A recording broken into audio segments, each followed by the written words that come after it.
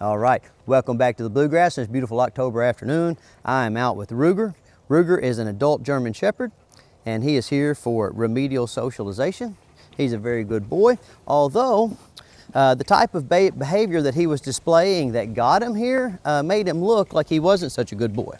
So today what we're going to talk about is we're going to talk about German Shepherd types, and we're going to talk about German Shepherd behavior. Okay, now in this video, I'm not going to tell you guys just what I think. What I'm going to do is I'm going to show you this dog, and I want those of you who are familiar with German Shepherds to post in the comment section below so that people who are researching German Shepherds can get kind of a well-rounded bit of exposure to different opinions concerning the breed. Okay, now I've made a lot of German Shepherd videos in the past where we talk just about my opinion.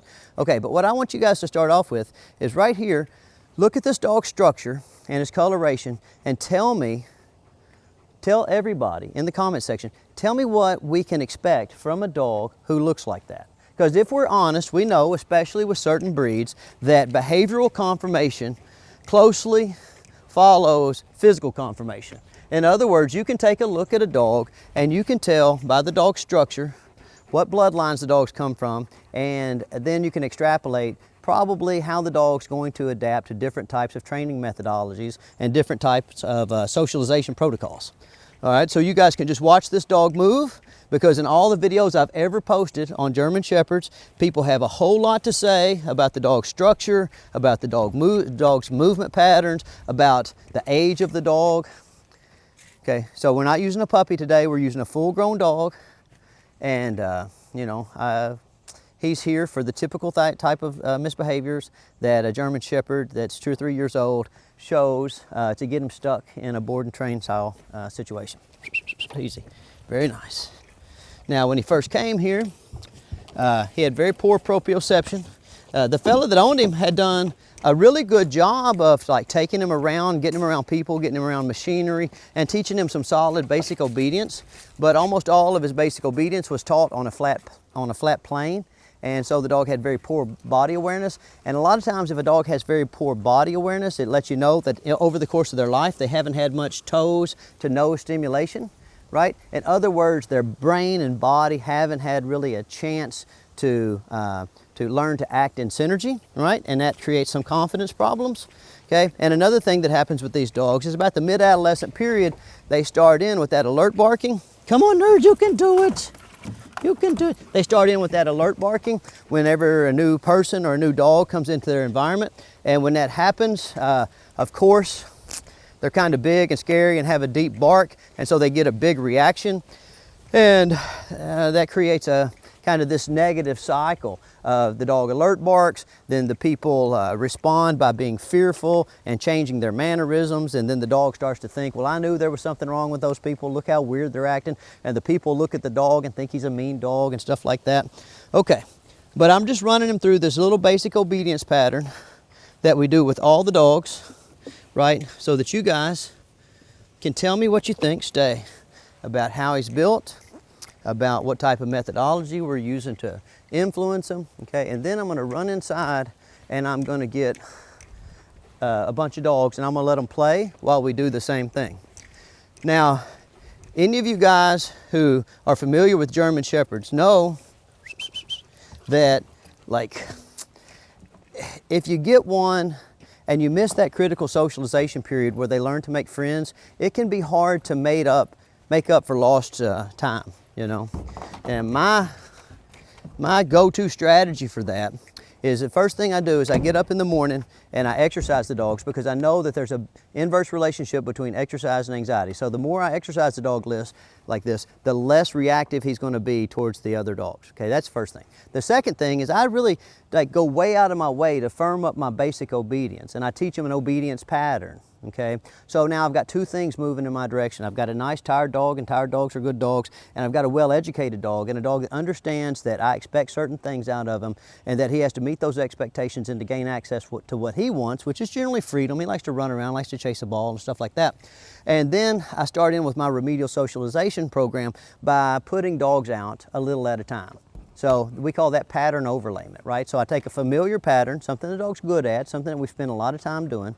Okay, I pre-fatigue them, and then I begin my remedial socialization process a little bit at a time. Now, I'm not going to bore you guys with all those details and showing you step by step. I'm just going to go in right now, and I'm going to get a bunch of dogs, and I'm going to let them out, and we're going to watch how he performs with a bunch of intact male adult dogs and puppies and a bunch of different breeds, okay? And while all that's going on, I want you guys to pay very close attention to how he reacts to the dogs all of a sudden coming out here and being in our area, because usually that initial contact is where you have trouble with the German Shepherd. And I really want you to kind of notice his posture. Does his posture change? Does his ear set change? Do hackles come up? Does his tail set change? Okay? And if you see anything, be sure to post that in the comment section below so other people can read the comment section and learn something. Okay? All right, so I'm going to run in and grab these dogs real quick, and then you guys can get to typing. Very nice dog. Come on, nerds. Oh my gosh, very good dogs. All right, so Claire let out a bunch of dogs, and now we're just gonna walk Ruger around. Come on, nerd. And we're gonna see how he does. Now, when Ruger first got here, you could not get him out around other dogs because he just had a complete go to pieces and looked like he was going to kill everybody. And that's the thing that with these German Shepherds that you see over and over and over again on YouTube, is you see somebody taking one of them that's barking and hackling up and looking just super vicious with big threat displays, and you know, like getting into a big battle with them and then calming them down and amazingly not getting bit, okay? Well, the reason they're not getting bit is 99% of the time when you have a German Shepherd, especially one that looks like this, that's a little bit under socialized, and he starts making a big threat display, that's all it is. It's a big threat display. The reason that he's hackling up, the reason that he's showing the teeth, the reason that he's posturing is to make himself look big and scary in order to create distance between himself and the things that he feels is threatening him, you know? And now, I'm not saying that none of these German Shepherds will bite anybody, and I'm not saying that none of them are, you know, bad about killing small dogs or humping dogs when they're not supposed to or getting in dog fights, whatever. Yeah, of course, you know, some of them do that. But the percentage of German Shepherds who bark and hackle and make threat displays that are actually man fighters, that are actually looking to have a true physical conflict with a human being is very, very low. And so most of the time when you see somebody using this dog theatrically, you know, using a dog like this as a prop, basically, to make it seem like they have exceptional aggressive dog handling skills, well, that's all it is. I mean, it's just, you know, it's a parlor trick, really. So this dog comes here, and every time you let a dog get anywhere near him, I mean, he just has complete go-to-pieces, hackles up, gets after everybody, you know. And then his owner got to where, like, whenever a dog would come up, he would have a complete go-to-pieces. He didn't know what to do, so he would get real worried, and then you have, like, anxiety from the owner, and it's going down the leash right into the dog. And then he had a bad reputation in his neighborhood and at his obedience class, so everybody looked at him like he was guilty before he even did anything. And like I said earlier, things just have a tendency to spiral out of control, okay? Now, again, I would like to know if you have seen or had similar experiences with German Shepherds doing that yourself. Maybe you're a dog trainer, or maybe you're a breed aficionado, or maybe you've been on the receiving end, right? Maybe you've had the small dog, or you've had the other male dog, and a big German Shepherd has hassled you and given you problems, okay? Well, post it in the comment section below. Let's try to really use social media for something other than arguing, you know? Let's catalog these types of things that happen and see if we can't come to some type of consensus on how to deal with it, you know? And also, like, I feel like it's very valuable to provide honest feedback about breed-specific traits and tendencies, because a big part of the dog business is simply trying to squeeze round pegs into square holes. People buy these dogs with a preconceived set of notions that do not match up to the reality of owning this type of dog or whatever kind of dog, you know? Like, and I like honesty.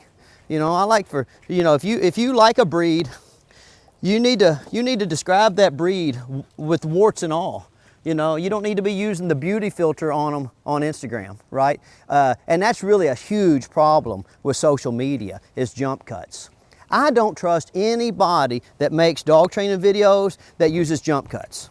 right? I wouldn't watch that video for love or money, right? If you can't just, you know, go out with your dog and do some things and not have to make 100 cuts from 100 different angles to hold somebody's attention, okay, then I'm not interested in your opinion, okay? Because dog training isn't a whole bunch of 30-second interactions over the course of the day. It's living with the dog all day long, you know, and dealing with the different types of stuff that wander into and out of your environment over the course of that time. So everybody talks about dog training, but they don't talk about dog management. And basically, when you have a dog, a young dog or a dog that has problems, it's this much management so that you can get this much training. And then over the course of time, the management requires less because you've done more training, and at some point, ultimately, you reach the habituation threshold and the dog's just mind out of habit. And that's something, I'm gonna come back up here, cameraman, and that's something that you guys have to understand. These 30-second, 1-minute videos do not give you like good information related to breed-specific traits and tendencies, and they give you a false sense of how often or how long it takes to reach the habituation threshold with your dog. And for the most part, they're actually management strategies, not training strategies. A management strategy is I have a leash on this dog, is I have some treats in my pocket, I have a ball under my arm, okay? A trained dog is in the habit of displaying certain behavior patterns based on environmental circumstances. In other words, it has situational awareness. Now, I'm not at a point with this dog where I can hold his attention, okay, around a whole bunch of other dogs very well. I am at a point where I can let him off and he can go play, but he's not trained, okay? I'm managing this dog right now. I have a leash on him, I have some food in my pocket. This is dog management. Dog training is when you don't have to use the external or extrinsic motivators. Okay, and that's what I'm trying to get to, and that's what you guys have to realize. So if you're going to get a German Shepherd dog, or if you're going to, you know, get a Labrador Retriever, a field bred versus a show bred, you need to understand how much management and how much training it takes to get them to the point to where they mind out of habit. Right? It's some passive stuff, it's some active stuff, and it's a whole lot of just waiting for the dog to mature through its developmental stages, right? And I'd like to think in this video, we're gonna attract enough German Shepherd aficionados that they can take a look at this dog and they can tell you, based on how it's built, about how he reacts to the other dogs, about how focused he was when there weren't any dogs out, and how he kind of lost focus once the dogs came out. I'm hoping that people can put some information down in the comment section below that is actionable, because that's what YouTube should be about, is actionable information. Not just hawking stuff, you know, not just trying to be a used car salesman and sell your online course or sell, you know, some type of piece of equipment, okay? But a place where people can come and they can see a thumbnail and they can see a dog like this, and they can open the video and look in the comment section and find useful, actionable, and civil conversations, okay? So tell us what you know about German Shepherds in the comment section below, and I want everybody to comment. If you like this kind of dog, comment. If you don't like the way he's built, comment. If you've had good experiences with German Shepherds, comment. And most importantly, maybe, if you've had bad experience with German Shepherds, your opinion is also valued, okay? I want people to look at this video and be able to get a good start when it comes to researching German Shepherds and the different types of dogs that are available that share this basic set of breed-specific traits and tendencies, because there are quite a few dogs other than the German Shepherd that are very similar in terms of how they're built, kind of how they look, and most importantly, how they behave. All right, I look forward to hearing what you have to say, and I'll see you guys next week. Very nice. You're a good boy.